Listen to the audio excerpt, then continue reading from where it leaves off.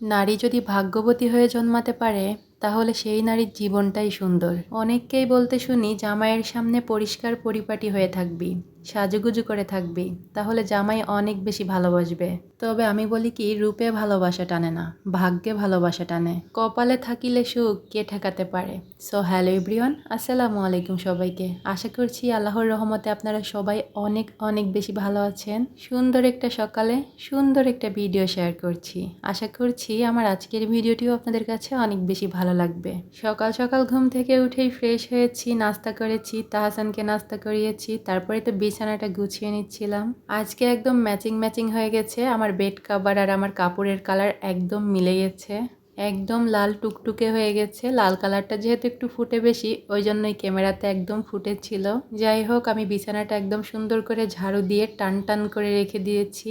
তারপরে এই যে ডাইনিং স্পেসে চলে আসছি। এখন অনেক কাজ করব, যত অগোছালো কাজ আছে, ঘর বাড়ি পরিষ্কার করা, রান্নাবান্না সব কিছুই করতে হবে। এত বেশি গরম পড়ছে এখন, ফ্রিজের পানি ছাড়া আমি চলতেই পারছি না। ফ্রিজের পানি শরীরের জন্য অনেকটাই ক্ষতিকর, তারপরও নিজেকে বুঝ দিতে পারি না, একদমই অভ্যাস হয়ে গেছে খেতে খেতে। দেখি ফ্রিজের ভিতরে সবগুলা বোতলই খালি হয়ে গেছে, ভাবলাম ভরে রেখে দেই সকাল সকাল, তাহলে দুপুর টাইমে খেতে ইচ্ছা করলে বের করে খেতে পারবো, ঠান্ডাও হয়ে যাবে। আবার আমার হাজবেন্ড ডিউটি থেকে আসলে তাকে তো এক গ্লাস ঠান্ডা পানি দেওয়াই লাগবে, কারণ বাইরে যেহেতু অনেক গরম। আমি নিজেই বারবার করে পানি খাই, দুপুর টাইমে আমার বেশি পানি পিপাসা লাগে। যাই হোক, সবগুলা পানির বোতলই আমি ভরে ফ্রিজে রেখে দিয়েছি। আর ছোট্ট একটা বোতলে পানি ছিল, আমার দেখেই তো খেতে ইচ্ছা করলো। ঠান্ডা পানি আমার অনেক ভালো লাগে, ওই জন্য ভাবলাম এক গ্লাস পানি খেয়ে নেই, তাহলে কাজ করতে আরো ভালো লাগবে। এখন অনেক বেশি গরম পড়ছে, তার উপরে আবার আমার বাবার বাড়ি যেতে ইচ্ছা করছে, ওই জন্যই কাজে একটু মন বসাতে পারছি না। তারপরেও কিন্তু যে কাজগুলো না করলে হয় না, ওই কাজগুলো করতেই হচ্ছে। একটা কথা মনে পড়ে গেল, একটা আপু আমাকে কমেন্টস করেছিল, আপু তোমার কি লাল কালার পছন্দ?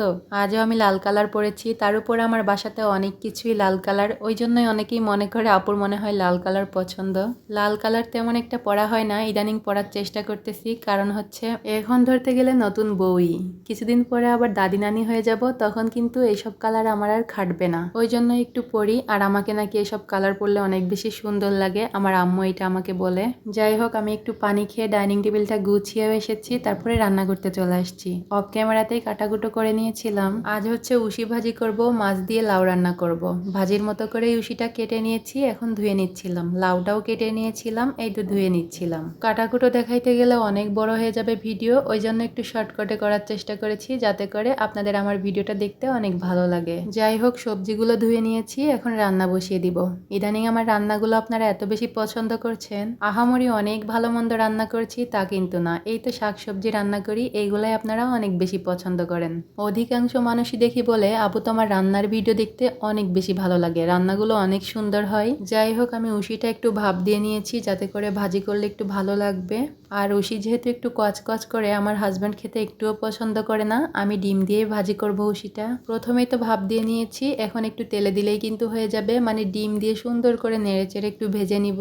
আমি উশি এভাবেই ভাজি করি, এটা নারকেল দিয়েও ভাজি করা যায়, ওটাও খেতে কিন্তু অনেকটা ভালো লাগে। আমি আজ ডিম দিয়েই ভাজি করতেছিলাম। হালকা একটু ভাপ দিয়ে নিয়েছি, যাতে করে উশিটা একটু নরম হয়ে গেছে, ভাজলে কিন্তু আর কচকচ করবে না। এই তো এখন কিছুক্ষণ সময় নিয়ে একটু নেড়েচেড়ে ভাজলেই কিন্তু হয়ে যাবে। আমি এখানে একটা ডিম দিয়ে নিচ্ছিলাম, ডিম না দিলে আমার আবার উশি ভাজি খেতে ভালো লাগে না বেশি একটা। ডিমটা ভেঙে দিয়ে কিছুক্ষণ ভালো করে নেড়েচেড়ে নিলেই কিন্তু ভাজি হয়ে যাবে।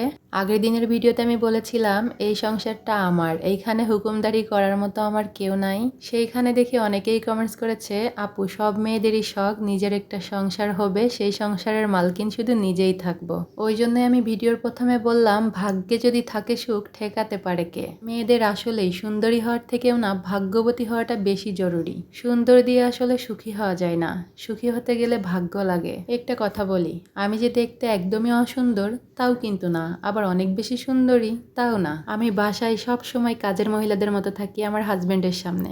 কই, আমার হাজবেন্ড তো আমাকে অনেক বেশি ভালোবাসে। আবার যখন আমি বাবার বাড়িতে যাই, তখন আমার বড় বড় বোনেরা আমাকে বলে, সাজুগুজু করে থাকবি সব সময়, দেখবি আরো বেশি ভালোবাসবে। যাই হোক, কথা বলতে বলতে রান্নাবান্না শেষ, আজকের ভিডিওটি এই পর্যন্তই। আল্লাহ হাফেজ।